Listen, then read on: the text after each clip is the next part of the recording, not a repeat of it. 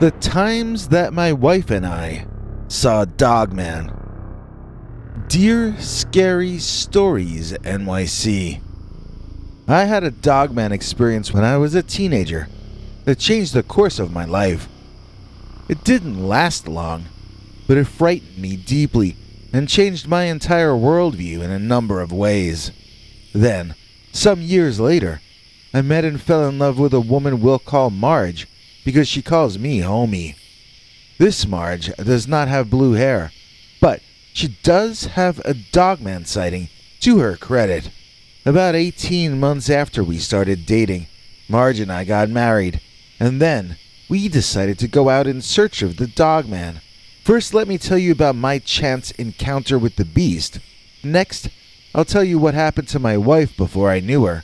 And I'll finish up by telling you what happened when we deliberately set out to try to see the cryptid for our second time each. Ready? Put on your seatbelt and hold on tight. This ride can get bumpy in places. So, when I was a teenager, I did teenager things.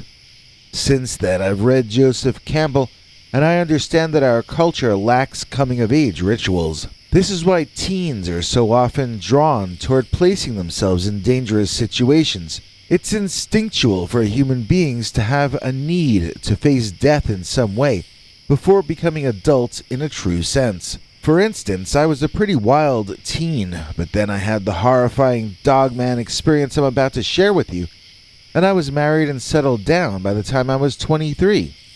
I was certain then, and I'm certain now, that it was that Dogman experience that caused me to grow up overnight. But when this story started, I was not very mature at all, and I lived a risky life. One of my favorite things to do back then was to go exploring condemned buildings. Now, obviously, you should not do that. They call these buildings condemned for a reason. Even walking near some of them is taking your life in your hands. Going inside means accepting that the ceiling or walls may crash in on you. The floor may give way underneath you, or you might run into some violent homeless meth heads who decide to keep you as a pet in the basement. I realize that while I'm trying to warn you away from this lifestyle, I'm only making it sound even more exciting to those of you who are drawn to danger and self-destruction, like I was back in those days. So let me just say, don't try this at home, and move on with the story. The location I was at when this happened is one that any urbex peeps in the Midwest would be very aware of. It's one of those that you've probably already visited, but if not, then it's on your list. I'm not gonna name it, because I don't want anyone going there and getting eaten alive by an upright walking canine. I could never live with myself if anyone got hurt because of a story I told them about my past. So you'll just have to guess which site this happened at. It was in the Great Lakes region in the United States, and it is a multiple-story building with decrepit, collapsing staircases. For years, I remembered this as something that happened to me when I was alone. Years afterward, though, I ran into my old buddy from that time, and they were able to tell me this story down to the last detail. I had blocked it out, but after he reminded me, then I remembered that both he and a young female friend of ours were both there when the following occurred. In fact, they both seem to have better memories of it even than I do. So the way I remember it now, after them jogging my memory, is this. We were carefully climbing up a staircase in the building, communicating openly and clearly with each other as we climbed. We were testing the flooring every step and sharing information back and forth in order to try to keep each other safe. We had not been trying to be quiet because for some reason we just assumed that we were alone inside there. We never made careless assumptions like that in other locations, which is part of the reason I wonder if our minds were somehow dulled while we were there. I know my mind was, whether because of some outside cause or just because I had skipped breakfast, I don't know, but it felt like my synapses were misfiring when I was in that location. I was watching my footing as I made the climb, and then a little tiny, percussive noise coming from the floor above caused me to look up. What I saw in that next second literally changed my life from then on. If something like this has never happened to you, then it's hard for me to explain the impact that looking up and seeing this thing looking back down at me had. I saw what I'm gonna call a man coming around from my left, moving in front of me to stand blocking the top stair. I could hear my friends stopping and gasping behind me as I looked up at this man wearing a dog skin. I literally thought that's what I was seeing in that first second. I thought I was looking at an insane man who was wearing a dog skin as his clothing, including the dog head, which seemed to have electric lights in place of eyes. It hurt at first to look into those bright eyes, but once I did, it actually felt soothing to do it.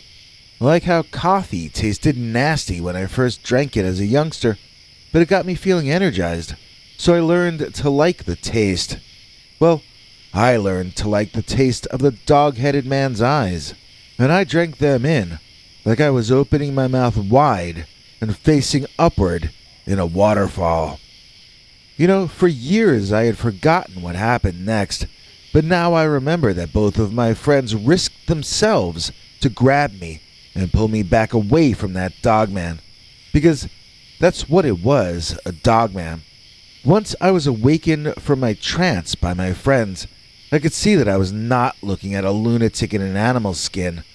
I was looking at some kind of canine that walked upright like a human being. In fact, I realized with horror it might even be some alternate form of human.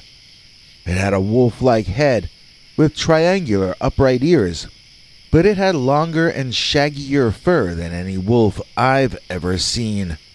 It had to be 6 feet tall or taller, and it was muscular as any Marvel superhero. It did not follow us as we left, but in another sense, it's never stopped following me. Now, Marge's story is different than mine, but it has some overlapping similarities. In her case, she was on vacation with her family when it happened.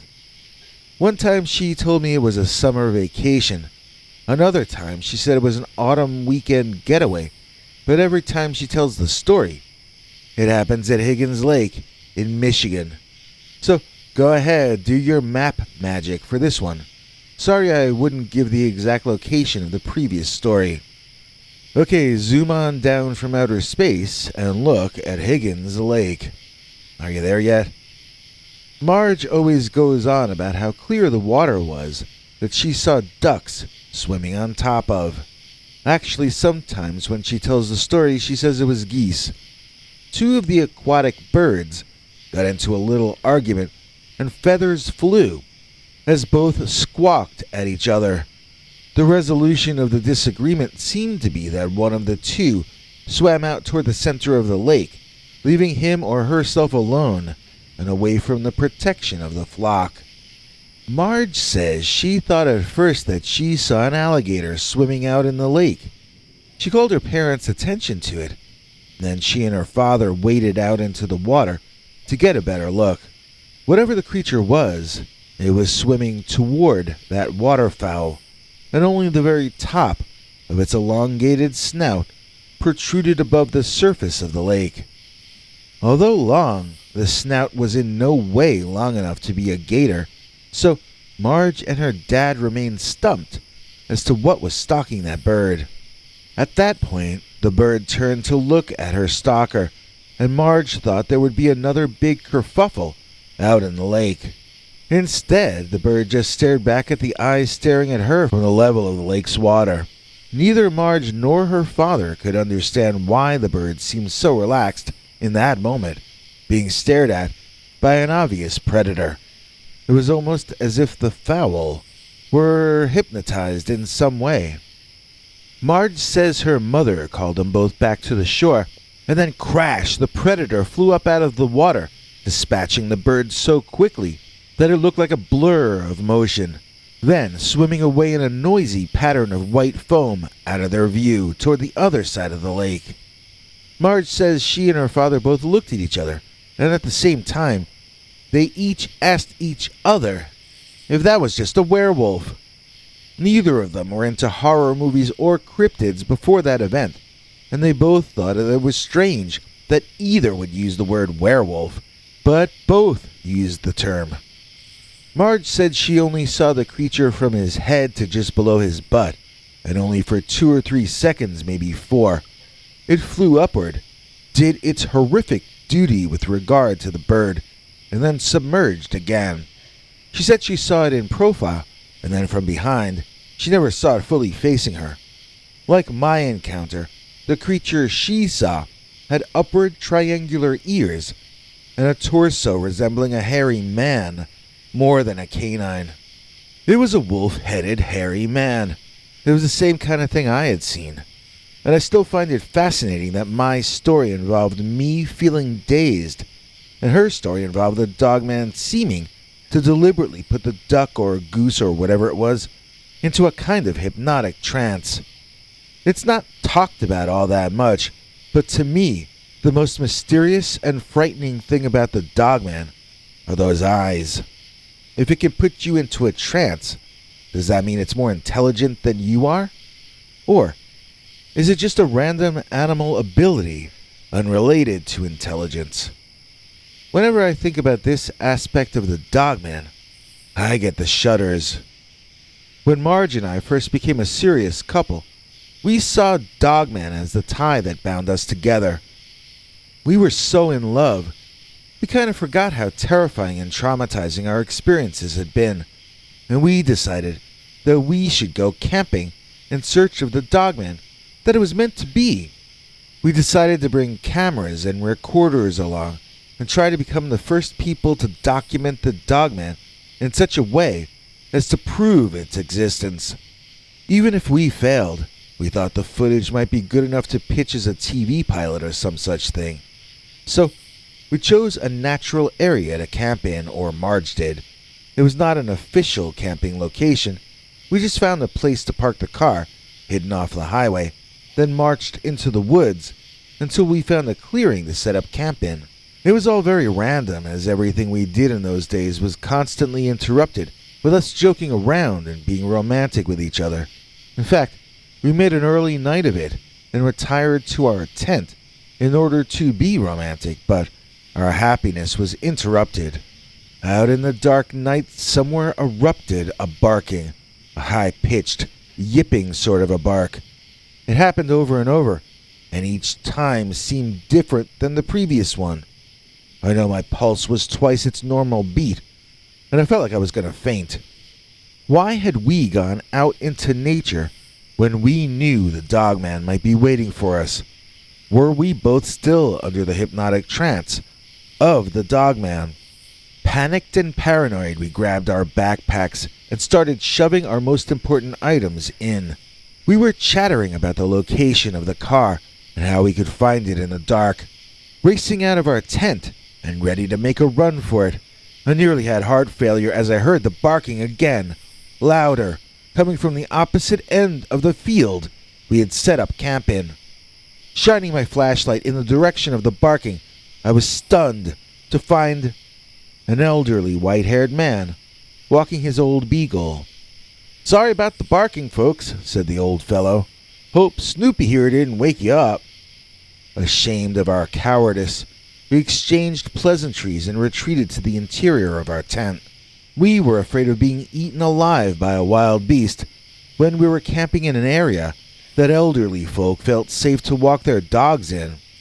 Marge and I agreed that maybe we were too old or too chicken to be chasing Dogman in any real sense. Now, if we want a Dogman date, we'll watch a werewolf movie on the couch. That's about as scary as we can take it anymore now that we're old folks over 30. I don't suppose we'll ever really fully get past the trauma from the times that my wife and I saw the Dogman. What's better than a Dogman story? That's easy. 2 Dogman stories. Which is why we're declaring this week Double Down Dogman Week.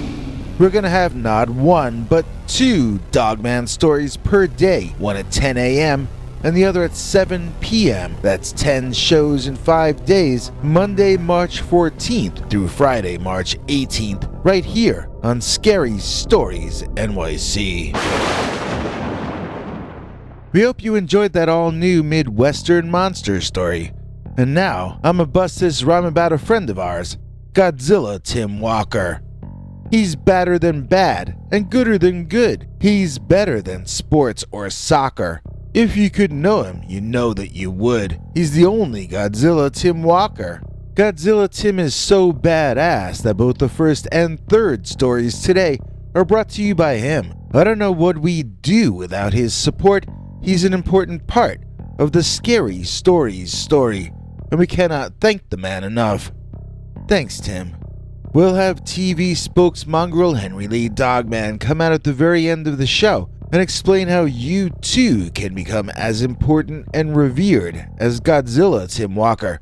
But we've got almost an hour of Dogman stories for you before that happens. And we're starting it off with a little item that we've chosen to call Dogman chased this kid from my school.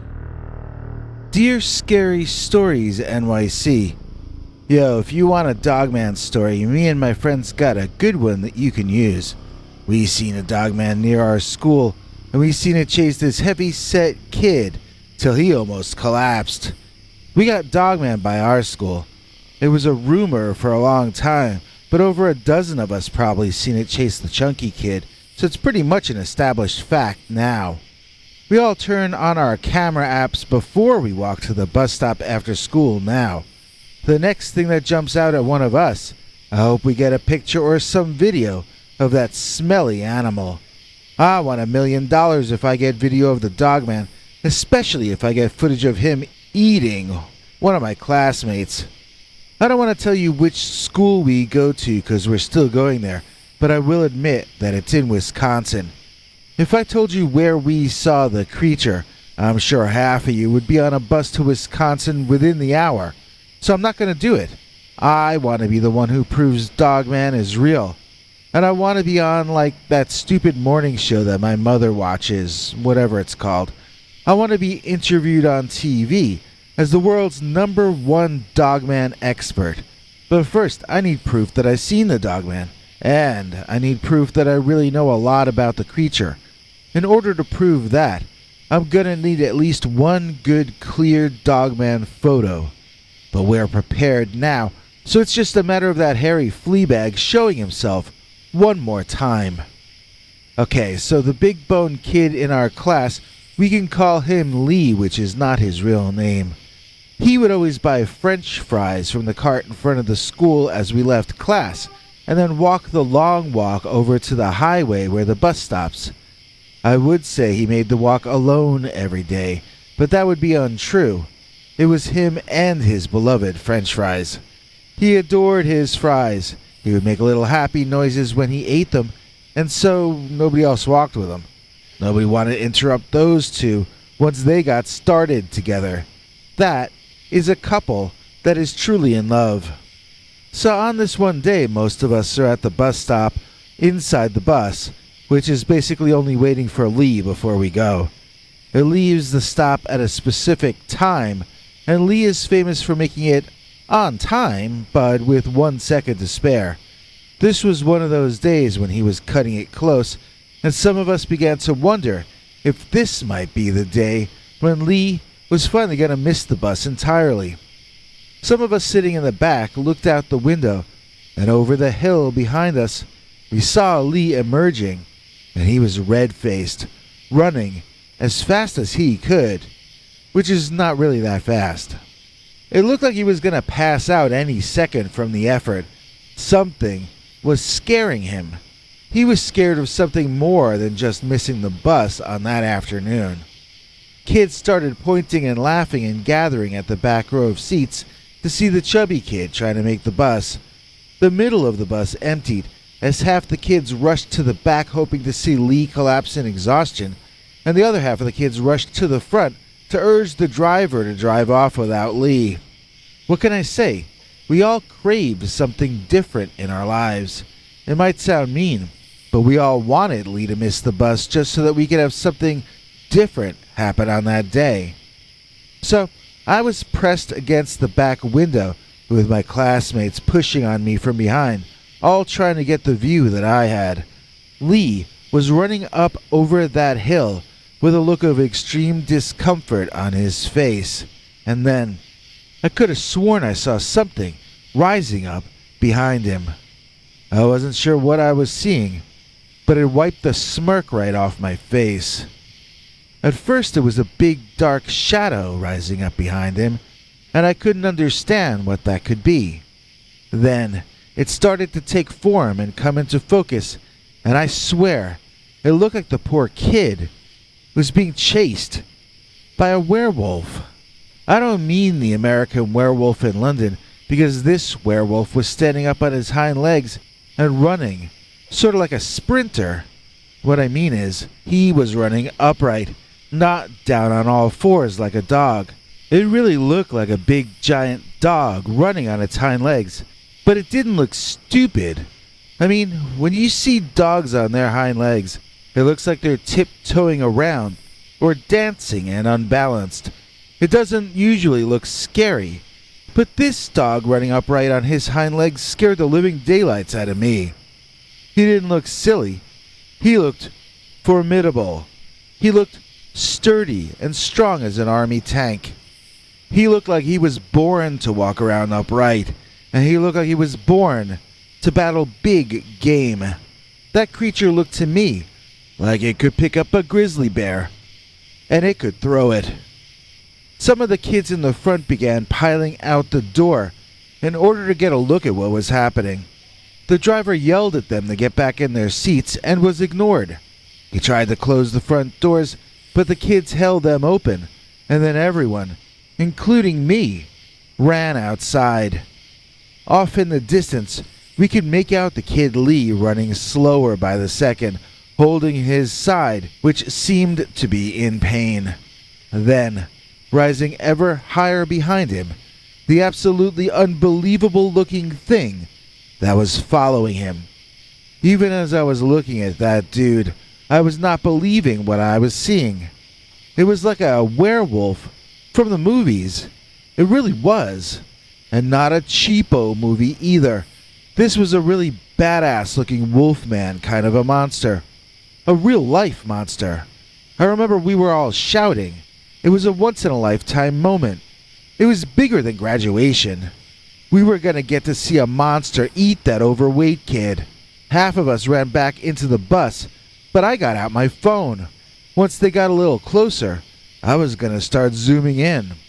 The driver called out to us to be quiet, and we got louder. Then he asked if any of us had any illegal fireworks on our person, and we all went dead silent. Once he had our attention, he said he promised not to get us in trouble, but he needed a loud explosion to scare the beast off, and if anyone had fireworks, we might save Lee's life. At that point, several kids produced some firecrackers, but one kid who shall remain nameless handed over an M80, which I think is like a quarter stick of dynamite. Don't mess with this at home, kids. So, the driver lit the fuse and threw it higher in the air than any of us would have been able to throw it. The thing exploded right over the Dogman, but way up in the air. Both he and Lee dropped to the ground, neither of them understanding what was happening. The driver and I and 2 or 3 other kids took off running toward Lee, yelling at him to get up and run. When we got up closer to Lee, he was painfully climbing back up to his standing position, and we all got a really good, clear, up-close look at that Dogman standing behind him. I won't say that the Dogman was frightened of us, but he wasn't charging at us either. I think 1 kid is a nice snack, but 4 or 5 kids with a bus driver is just too much work for the Dogman. He didn't run from us. He just stood there and watched us pull Lee to his feet and drag him away. There was one moment where I turned and I looked that dogman over from head to foot. Then, for just 1 second, we made eye contact, which hurt my eyes like staring into the sun.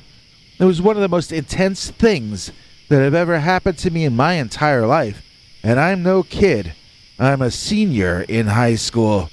I've been around the block a time or two, but this was the scariest thing I've ever seen. So here is what the dogman looked like when I got to see him from only about maybe 30 or 35 feet away. First of all, he was tall. My dad is 6'4", and this guy would have made him look tiny. Second, he was broad and muscular, but with zero body fat at all.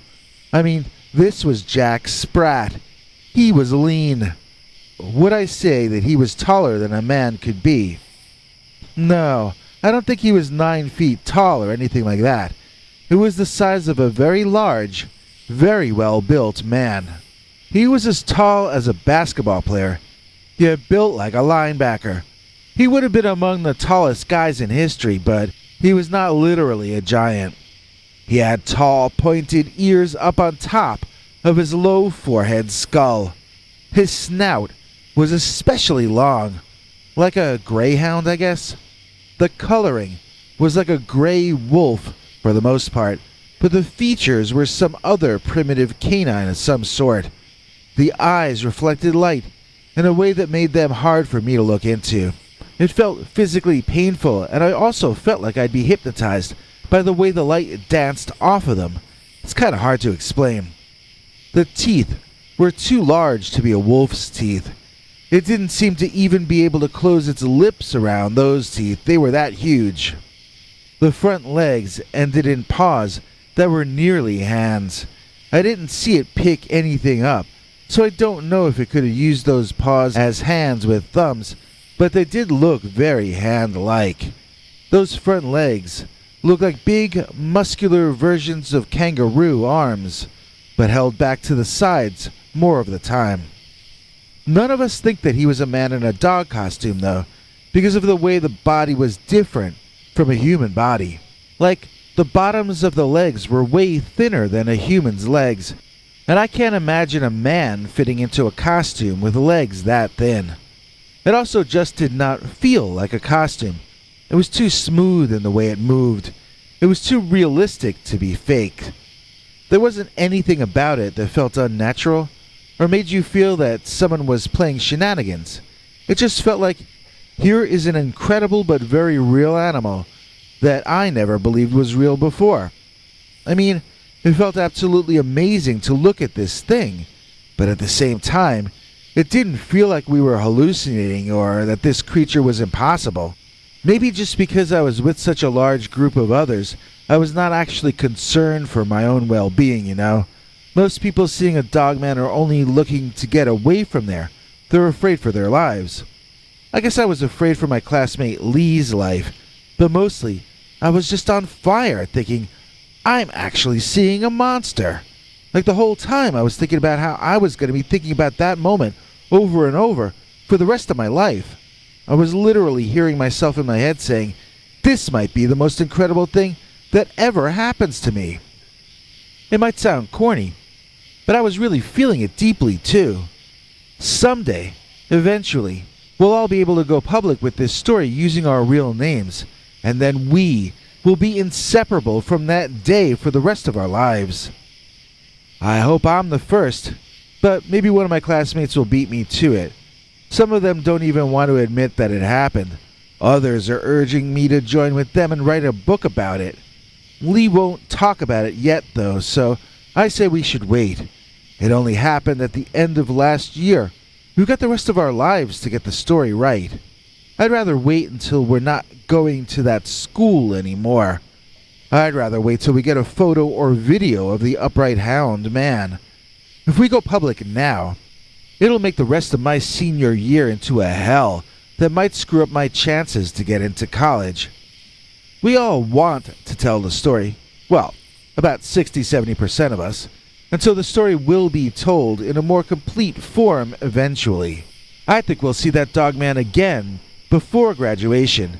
And when we do, we'll all be ready to record the incident from 7 or 8 different angles. Nobody will be able to question us at that point. We will have proved our case once and for all that this thing is a real thing that we seen.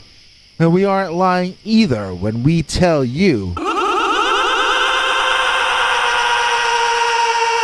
Dogman chased this kid from my school. Holy cow and cowabunga. Today's EP is Efren Kalunga. Please join us in thanking today's executive producer Efren Kalunga for making this episode possible. Efren is a top tier member, so they get to see all our weekly secret uncensored stories, plus our over 21 hours of archived secret uncensored stories, plus secret previews and advanced showings of episodes whenever possible. You too can be a Scary Stories executive producer like Efren Kalunga by simply clicking the join link under this or any of our videos. We also have a PayPal subscribers club that has many of the same and some slightly different perks. I took a pic of Dogman, and Dogman smashed my camera. Dear Scary Stories NYC. Back in the 1980s, I was dragged down to Louisiana on a vacation by my live-in girlfriend. She was the breadwinner, as I didn't start to get serious with my life until I was in my mid to late 30s. And back when this happened, I think I was 23 or 24. I wasn't completely lazy or anything. I did work jobs, but none of them were serious to me, and I laughed at the idea of a career. My girlfriend, who I guess we should call Rusty, was sort of the man of the house, to use the old-fashioned terminology. We went away when she decided. We did what she found entertaining. This was how I found myself on a wooden boardwalk, moping along with her and a group of strangers as some tour guide blabbed on and on about crocodilators and anacondas or whatever. We were down in Louisiana, in this nature thing just south of New Orleans. I've been looking at Google Maps while trying to remember this story, and it seems they have a number of wildlife preserve type areas down there south of New Orleans. I'm thinking we were at the Barataria Preserve, but this was back almost 40 years ago, so I'm not 100% certain. Rusty and I aren't speaking these days, so I'm certainly not going to ask her where we were. If anyone from down New Orleans way remembers if they had a wooden boardwalk in the Barataria Preserve back in the 1980s, please let us know in the comments. In the meantime, I'm going to say this is where it happened, because the 360-degree view clip I sent you looks a lot like where we were when this sighting happened. I had a camera around my neck, an old-school, pre-digital kind of fancy Canon 35mm serious camera, not a cheap Kodak pocket camera or anything like that. Of course, this had been a gift from Rusty so that I could take photos of our vacation. This was back in the day when you had to buy film, and then you had to take it someplace and pay for development of the film into negatives, and then printed into photographs.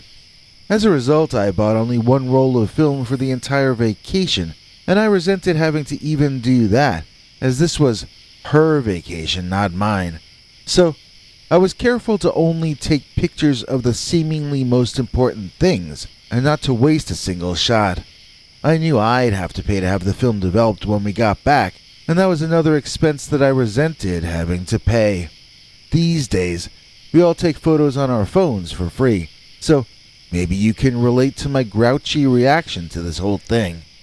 So the tour guide was saying something, and the crowd started wandering off, but I remained behind, having caught a sight of something out of the corner of my eye, which made no sense to me at all.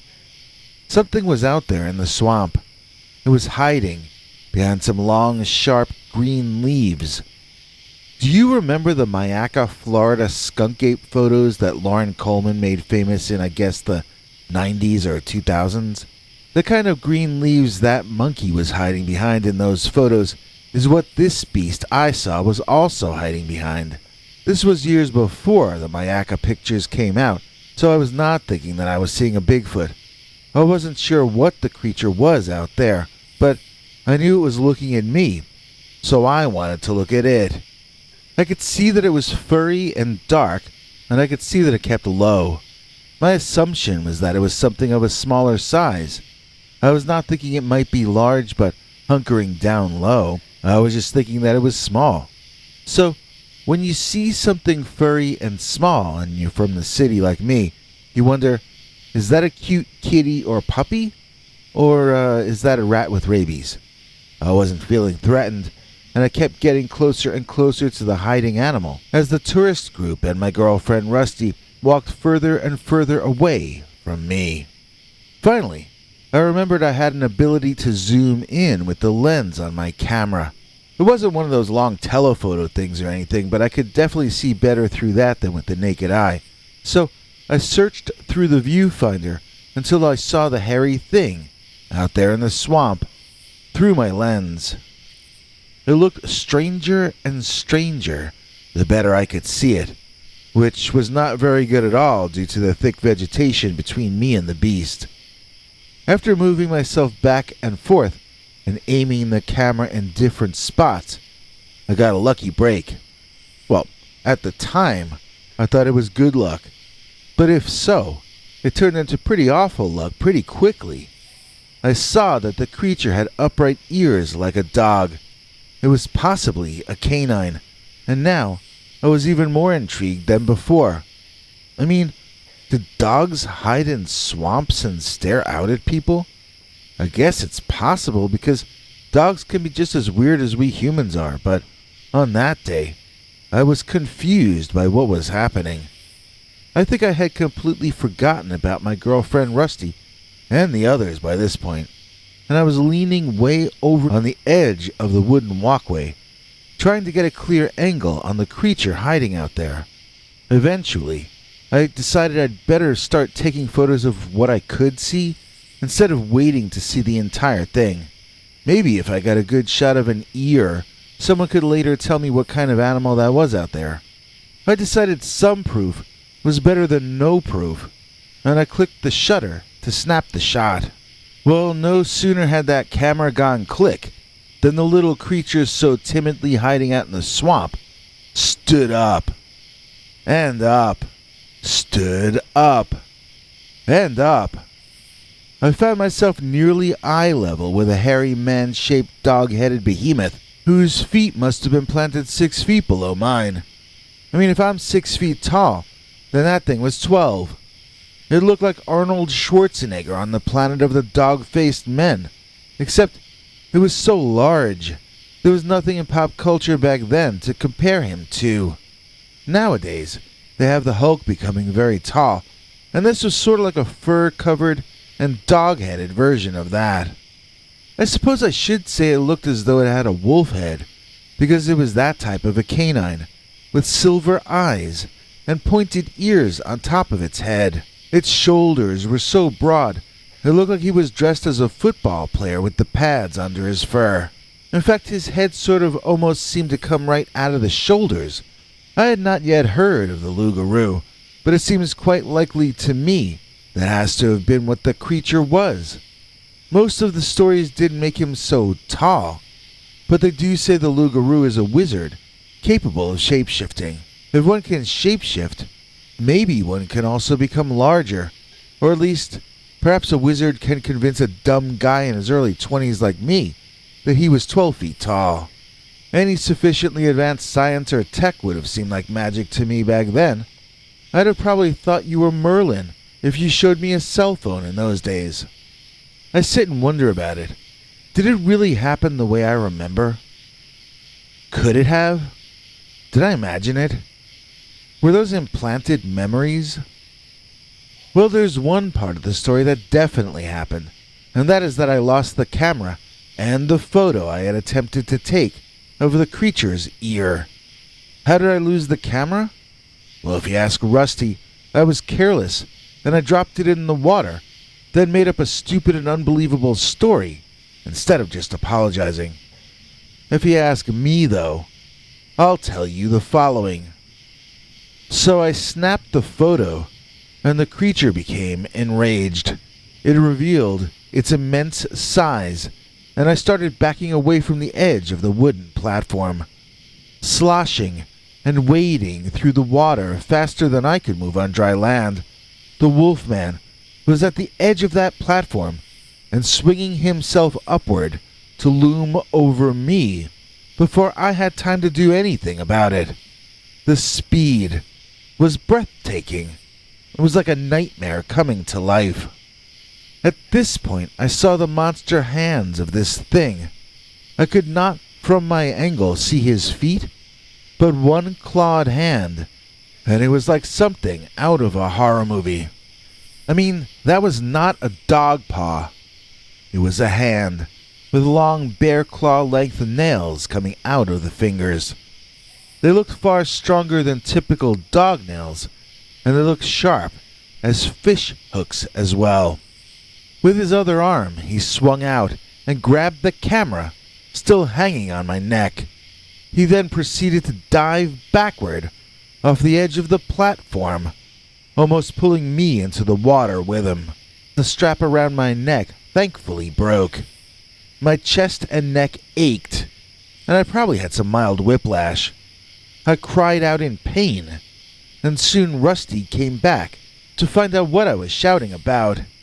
When she saw the camera missing, she made up a story, which she decided was true, about me dropping the camera into the water and losing it. When I shouted in pain, she said that was me cursing over losing the camera.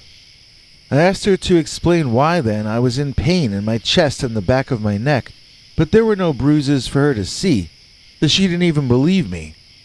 When I told her the truth about what actually happened, that made things far, far worse.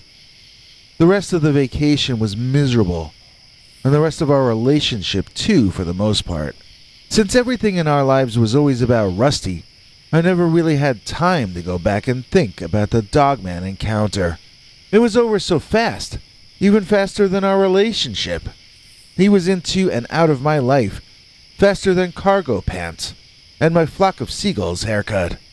When a friend of mine turned me onto your channel a while back, it was because I had told him my old Lougarou story from New Orleans in the 80s. Now, I listen to a number of shows that talk about the Dogman, the Rougarou, the Wisconsin werewolf, and whatever other names people want to give these monsters. Since you were the first Dogman channel I ever heard, I wanted you to be the one who I shared the truth with about the time that I took a pic of Dogman, and Dogman smashed my camera. He's Tim Walker, a real punk rocker. He's so alpha he's a beta blocker. You'll never find anyone as cool as him. That's why he's called Godzilla Tim. One of the most badass superfans in the entire world is Godzilla Tim Walker, the coolest of the cool. He gets all our perks, and so can you. Dogman. Reached. Through my sunroof. Dear Scary Stories NYC. I used to be married, and I fought off a Dogman firsthand. These are two distinctly different types of nightmares, yet in my life, they came together. I am no longer married, and I am no longer battling off a Dogman for my life, so this seems like a good time for me to tell you the sad and frightening tale of when I was. For the most part, the middle of the United States or Midwest is a great part of the world. I don't live there anymore, but I admit that I often miss it. One thing that I will never miss about the Midwest, though, are all of the Dogmen. I only personally encountered one of the creatures on the occasion that I hope ends up depicted in the thumbnail for the video of this, when it tried to climb in my moving car through the open sunroof.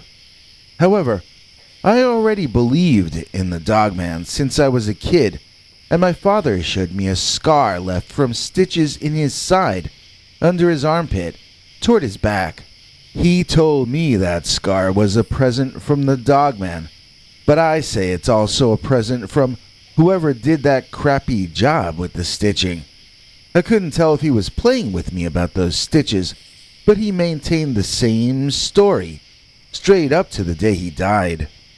The way my father told it was this. He was hiking in one of the forests to the east of New Auburn. There are a few of them over there, but he never narrowed it down for me. We're talking about Wisconsin now. This is a Midwest monster story too, like mine.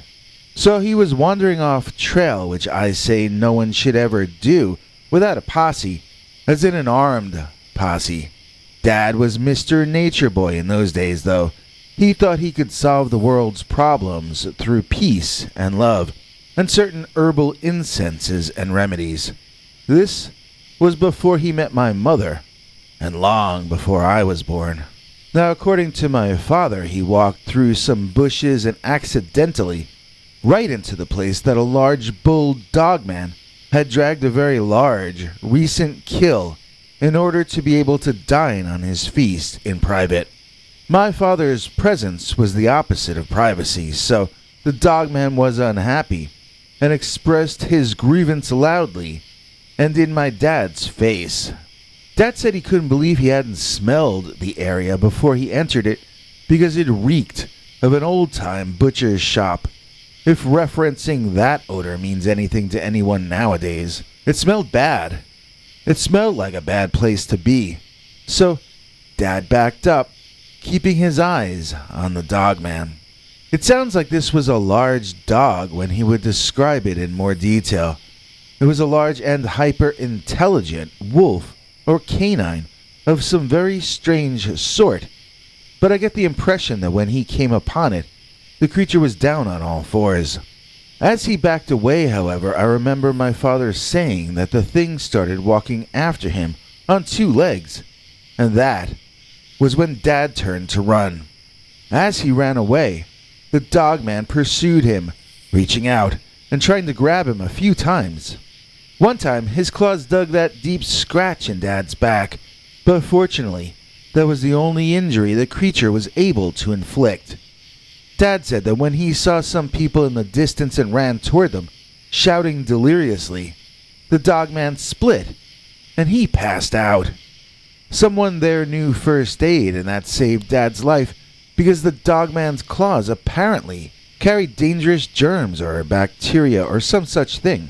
The cut was looking infected already as soon as he happened upon that small crowd.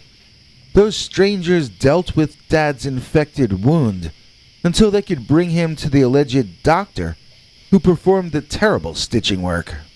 After hearing a story like that from your dad, even if you don't want to believe in the Dogman, there's always going to be a big chunk of you down deep inside that assumes the thing has to be for real. I wanted desperately to figure out why my dad would make up such a crazy story, but he's been gone for years now, and there is no answer coming. It's because he didn't make the story up. It's because it all really happened. At least, that's my personal opinion. Now, my story happened years later during my first marriage, which was a short-lived affair.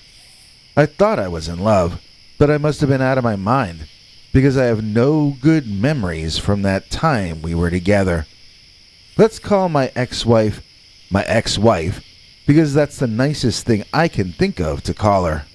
We were driving in Wisconsin in the woods somewhere, and believe it or not, I literally don't remember where. Most people on your show can remember the exact spot their sighting took place on, and I'm not 100% sure why I never made a permanent memory of that part of it. Maybe because I was in the middle of a big stupid argument with the ex-wife, who seemed to only come alive if she found some way of criticizing me. In this case, her criticism was actually legitimate, as I was looking at my phone while driving on the highway. In my defense, the highway was bereft of traffic, and the ex-wife was going on and on about something that she knew I disagreed with her about. I forget if it was politics or entertainment, but she was expounding on some subject that I have an opposite opinion about, and I was looking at my phone to try to block her out. I admit that I was wrong to be doing that while driving, but you'd have gotten desperate by that point in the marriage too, believe me. So even though I was the distracted one, I was the only one of the two of us who looked up and saw the Dogman emerging from the woods to the right of the road, down in the distance. It looked at first to me like one of the chimpanzees from the original Planet of the Apes movies, in full makeup, but completely unclothed, walking along the side of the road. I was like, "What?" and pointing. But my wife was ignoring me and berating me about the phone instead of looking where I was pointing. In fact, I think she told me to stop shouting at her, as though everything was about her. I was trying to tell her there was a monster running up to the car, but she shouted over me that I was being overly hostile and she wanted a divorce and all her usual overly dramatic nonsense. As the creature ran up, I gave up on talking to the ex-wife, and I wondered how big a problem the Planet of the Apes guy was gonna become. From a distance, he looked like Galen or Cornelius, a man-sized chimpanzee as played by Roddy McDowell. As he got closer, that thing looked larger, and I wondered if it might be more of a General Urko as performed by Spock's dad Mark Leonard. But there was a moment where my eyes looked into the animal's glowing eyeshine. Yes, even during the late afternoon before the sun went all the way down, this creature already exhibited eyeshine. And I noticed how long its snout was. I noticed it had ears on top of its head, not on the sides as a chimp does. This was a dog, but it was standing up like a man. I had been thinking I was driving my wife to her mother's, but we had really been driving to the planet of the Dogmen. I picked up my phone to take a picture, and of course it flew out of my hand and onto the floor. The wife accused me of throwing my phone at her and shouted louder, but I couldn't take my eyes off that upright running creature, as big as a very big man, running directly toward our car. It was a dog, and I looked that thing in the eyes and I told it so.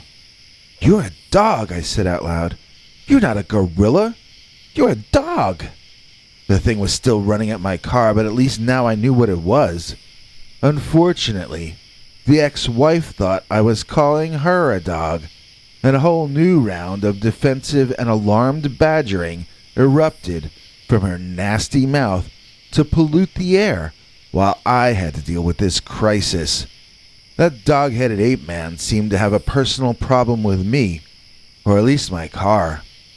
The Dogman approached from my former wife's blind side as she growled at me, and it leaped on top of the car.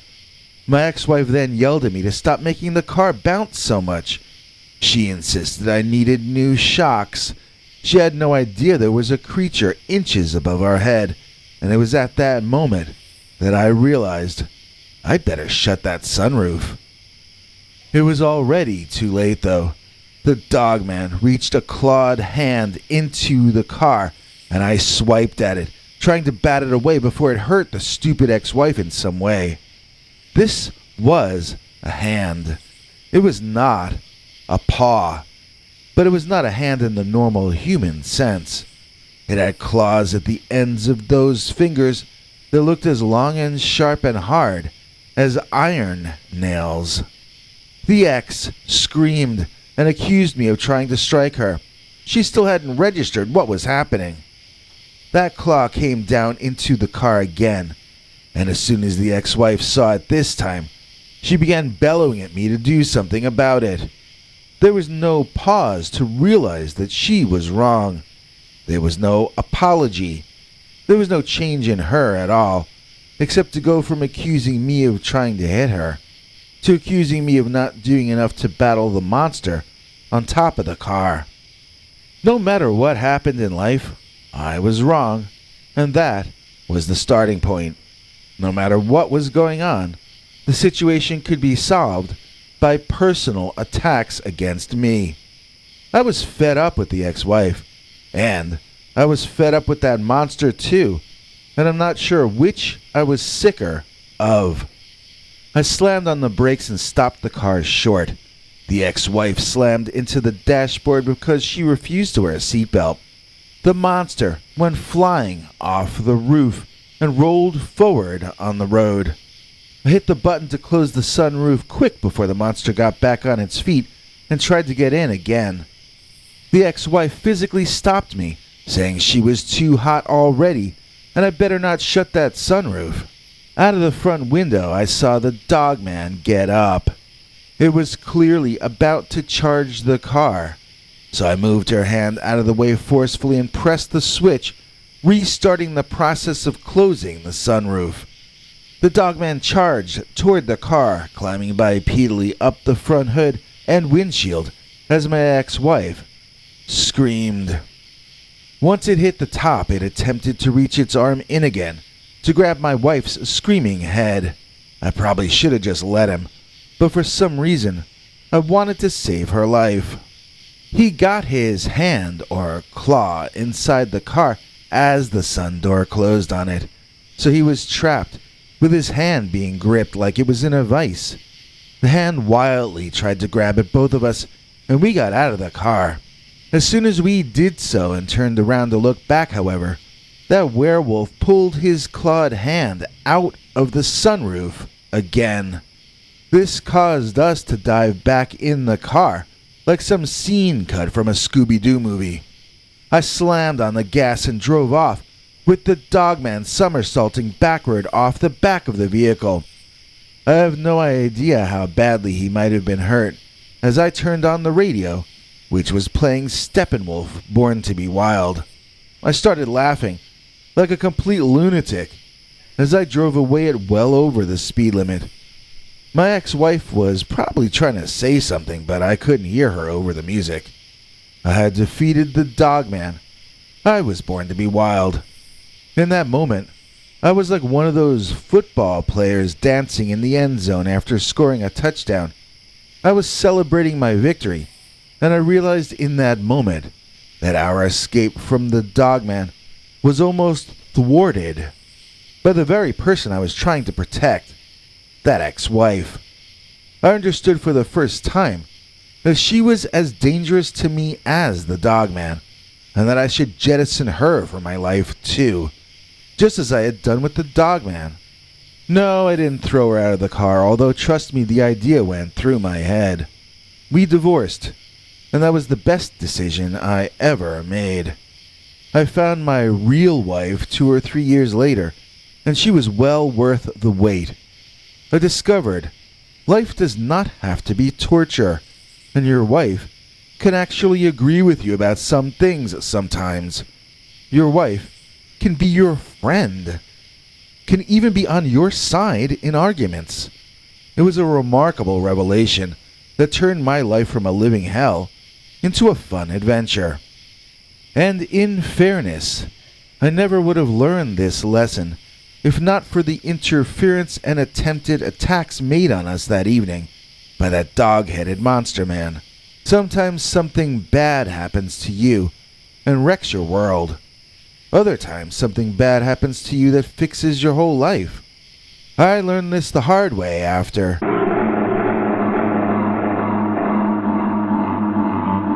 Dogman reached through my sunroof. Great Scott, holy moly, and cowabunga. Today's EP is Ephraim Kalunga. Please join us in thanking today's executive producer Ephraim Kalunga for making this episode possible. Ephraim is one of our top tier members, so he gets all our perks, including our secret uncensored stories far too wild to tell on this channel.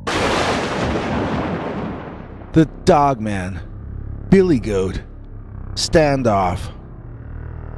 Dear Scary Stories NYC. I saw a Dogman when I was a kid. I didn't know what it was or that it was rare. I told my grandpa about it, and he just looked at me in a strange way. I'll tell you the story. I don't think I've ever heard one quite like it on your channel, although I only discovered you recently. This takes place in Montana, which is not exactly known as a Dogman hotspot. Please feel free to adapt it but please leave my name and email address out. So this was around 10 years ago when I was 19, or maybe I was 18. It was either 2011 or 2012, because those are the 2 years we went as a family to Glacier National Park in Montana. Let's see, all told, it was my father, my mother, my sister, me, my grandpa on my father's side, my sister's friend, and my friend we can call Joey because he was a huge fan of this dead 20th century rock band called the Ramones. You know, we only went to this one place in Glacier National Park called the Ptarmigan Tunnel one time. I bet my mom or my sister would remember which year this happened, but it's always such drama when I call them. I'll just ask one of them next Christmas. It was 2011 or 2012, we'll have to settle for that. So, it was after we walked through the tunnel that I saw the Dogman. The tunnel is kind of an important part of the story. You see, over there is a valley surrounded by high stone mountains. It's beautiful, with a lake in the center of it. Just a magic little land that was cut off from the outside world since the beginning of time. In the 1930s, people built a tunnel high in the mountain on one side, and suddenly the valley inside was accessible without using mountain climbing gear. So, just going to this place involves a modern version of an old death and rebirth ritual. You venture into this dark, choppy, man-made but primitive tunnel, and then come out the other side, like a baby being born anew into this Shangri-La. Now, Joey and I were the only ones who saw the Dogman, and I know my sister always gets the story wrong. She's all like, he left the tunnel and saw dinosaurs and monsters and werewolves and Mrs. Krabappel, and the baby looked at him. When she makes fun of me for my lone cryptid sighting, she becomes the queen of sarcasm. I hope she sees a cryptid one day and learns what it feels like to be made fun of and attacked for just having seen something. Now you understand why I don't really want to ask her or my mother which year this happened in. The point which I'm failing to make is that I did not see the Dogman right away. It happened at the very end of our time in that valley. Now, if the correct visuals are displaying along with this part of the text, then you should be looking around in the valley itself and at the lake too. I think you can imagine how we spent the entire day in the place. My parents went their way, my sister and her friend went a different way, and my grandfather joined me and Joey to wander around. My grandpa was good at knowing stuff about almost anything we'd ever encounter. He was always explaining more to me than my feeble, shallow brain could even remember. Sometimes I really wish I had audio or video recordings of those times when he would show stuff to me and Joey, and he would explain how nature works. We'd also have discussions about the nature of reality, and we had a lot of conversations where we all agreed the answers were just not yet known. These days, everyone acts like all the answers are known, and if you disagree, that's misinformation, or even worse, disinformation. My grandfather would bat me on the noggin when I would start to talk like that. He'd say, "Grow up. Humanity knows nothing. Humanity is still learning. Even the so-called laws of science and nature are really just our best guesses so far." In other words, he treated us as adults and expected us to have agile and open minds. That's why I miss him. I don't even know if people like him are allowed to be around any longer. So, that day had a major impact on me psychologically even before I encountered the Dogman. Maybe, if the Dogman is something other than a normal natural animal, I was put in the proper headspace to see it. That's assuming it was a vision and not a normal animal sighting. But, as I mentioned before, Joey saw the same thing I saw. So, what did I see?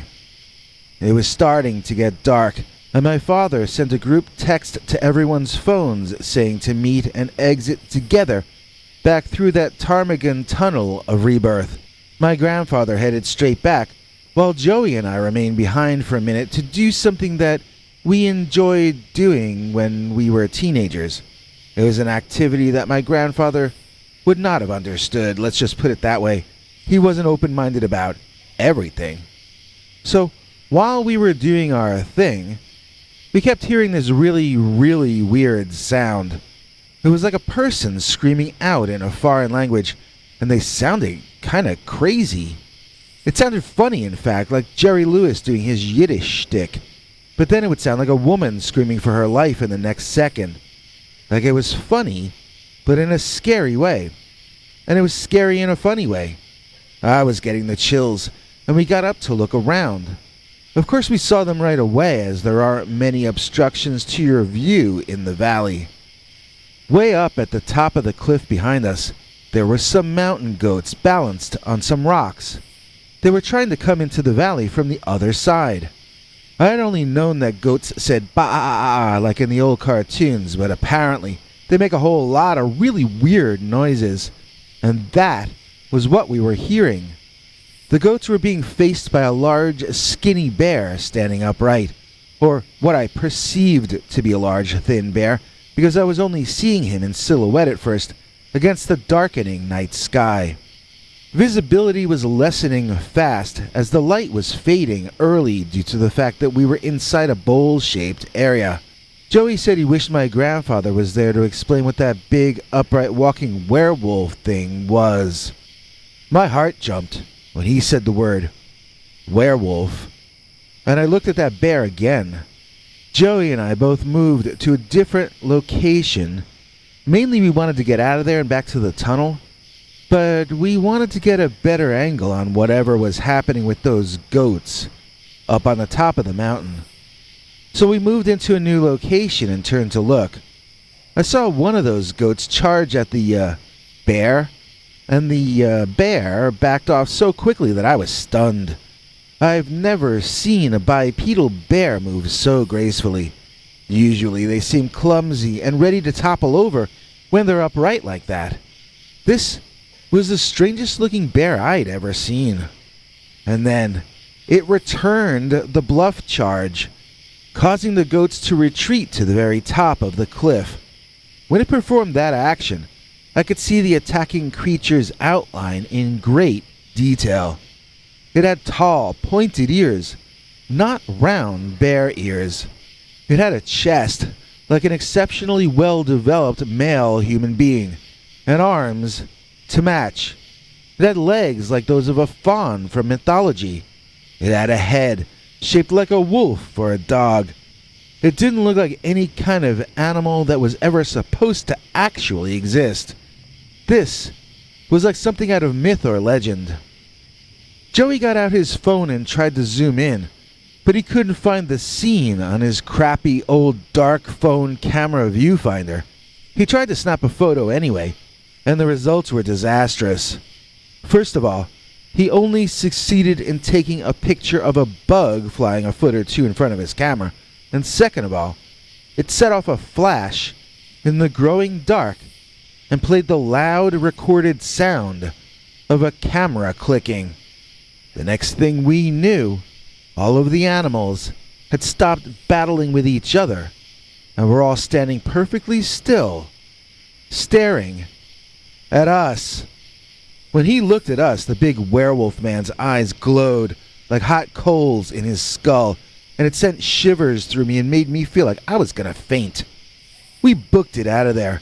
I remember at points I was almost crawling as my legs were weak from being more scared than I'd ever been. I think it was a bit of shock, as I didn't know what I was seeing.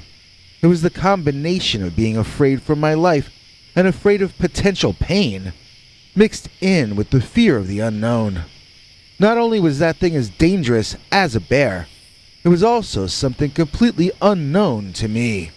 When Joey and I got back to the tunnel, my father was yelling at both of us, and my sister and her friend were as well. We were still panicked, and we told our story to the others, but only after we were through that tunnel and back in what we felt, to us, was the normal, regular world. Of course we got made fun of. I told you already, even my grandfather looked at us like we were bonkers. I wished he had been there to see what we saw. I don't think he could have explained that one away, but I wish he had seen it.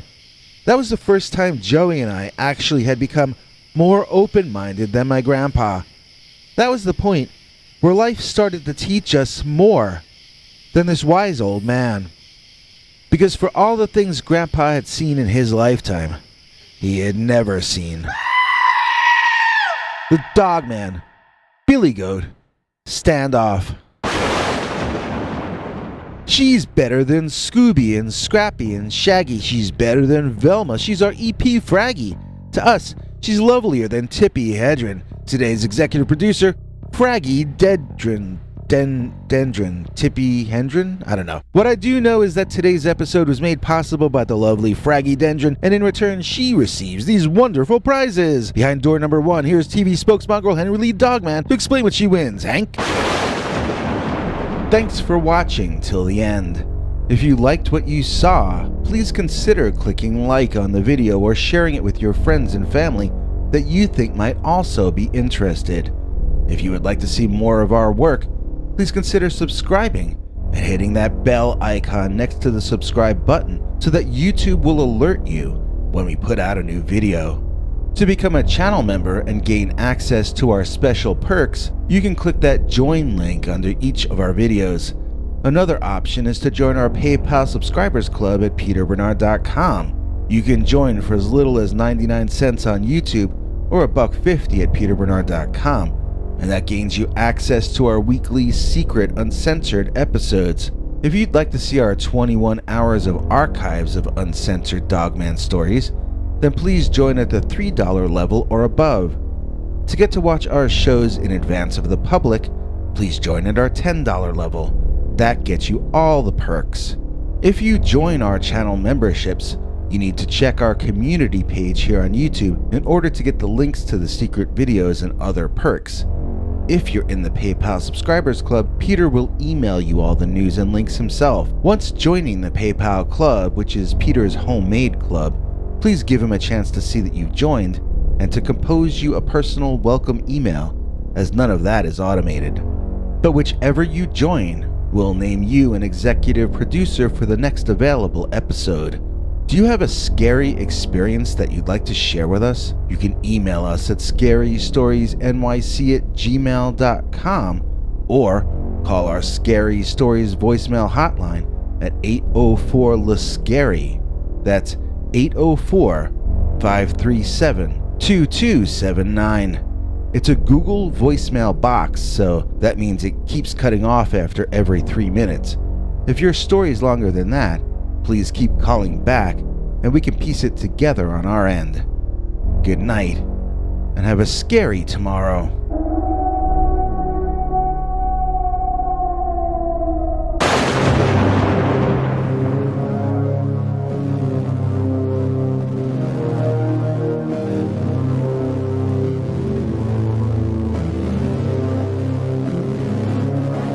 Come back for more scary stories.